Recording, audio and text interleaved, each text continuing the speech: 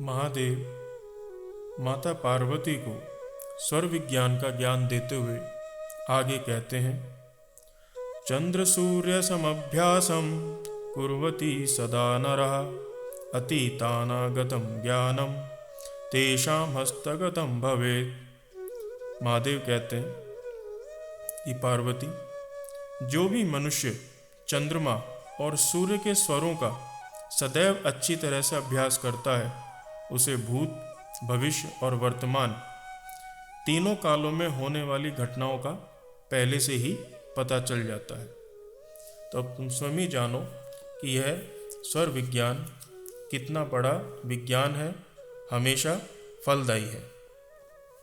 आगे महादेव कहते हैं, तीनों स्वरों में चंद्र स्वर, सूर्य स्वर और सुषुम्ना जब चल रहे हों तो कौन कौन से कार्य करने चाहिए। तो महादेव माता पार्वती से कहते हैं कि जब चंद्र स्वर चलता है तो हमें कौन कौन से कर्म करने चाहिए। महादेव कहते हैं कि सर्व कार्याणि सिद्ध्यन्ति दिवारात्रि गत्यान्यपि सर्वेषु कार्येषु चंद्रवारः प्रशस्यते। इस श्लोक का अर्थ है कि जितने भी कार्य दिन और रात्रि में चंद्रमा के स्वर में किए जाते हैं वो हमेशा शुभ होते हैं। शुभ कार्य जैसे विवाह, जन्म संस्कार, गृह प्रवेश, पूजा पाठ, कोई वाहन आपको खरीदना है, मकान खरीदना है, दुकान खरीदनी है, कोई आभूषण खरीदना है, साधु सन्यासियों के दर्शन करने जाना है, किसी भी प्रकार का दान करना है, उस समय यदि चंद्रमा स्वर चल रहा हो, यानी आपकी बाईं नाड़ी बाएं नासा मार्ग से आपकी श्वास प्रश्वास चल रही हो, तो उस समय इन सभी कार्यों को किया जाए तो वो निश्चित रूप से फलदायी होते हैं। ऐसा महादेव ने शिव स्वरोदय विज्ञान में बताया है। सूर्य स्वर के कर्म बताते हुए महादेव माता पार्वती से कहते हैं, क्रूराणि सर्वकर्माणि चराणि विविधानि च तानि सिद्ध्यन्ति सूर्येण नात्र कार्याणि विचारिण।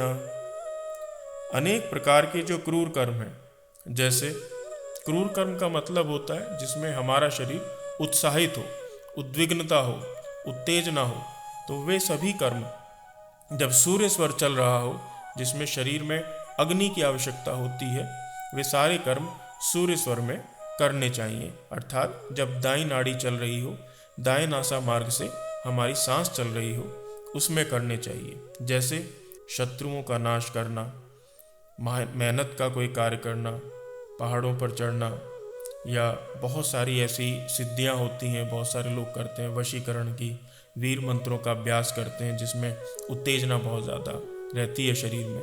तो ये सारे के सारे अभ्यास हमेशा सूर्य स्वर में यदि किए जाएं तो वो हमेशा लाभकारी होते हैं। अंत में महादेव सुषुम्ना के लक्षणों के बारे में बताते हुए कहते हैं, जब क्षण मात्र में हमारी कभी दाईं नाड़ी से सांस चल रही है, कभी बाईं नाड़ी से चल रही है, और वो क्षण भर में कुछ ही सेकंडों में बार बार बदलती रहती है, तो उसे सुषुम्ना नाड़ी माना जाता है। जब यह नाड़ी चले तो हमें किसी भी प्रकार के वो सभी कार्य जो हमें चंद्र स्वर में करने चाहिए, सूर्य स्वर में करने चाहिए, कोई भी कर्म नहीं करना इसमें बताया गया है, क्योंकि सुषुम्ना नाड़ी हर कर्म के फल को नाश कर देती है।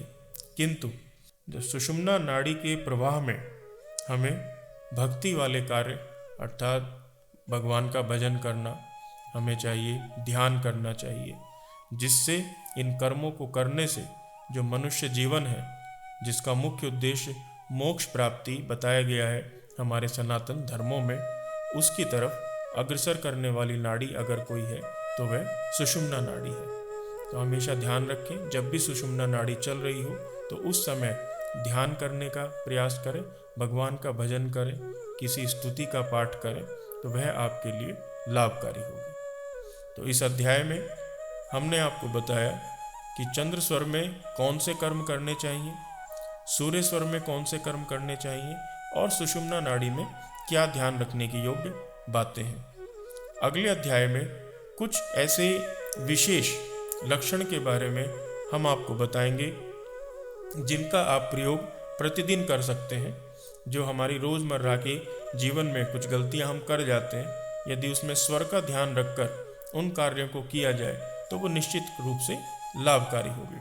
उदाहरण के तौर पर सुबह जब आप उठें, घर से जब आप निकलें, अपने काम पर जाएं या कोई भी कार्य करें, तो उस समय आप अपने स्वर का ध्यान रख के कैसे अपने उस कार्य को सफल कर सकते हैं, फलीभूत कर सकते हैं, इसके बारे में हम अगले अध्याय में जानेंगे।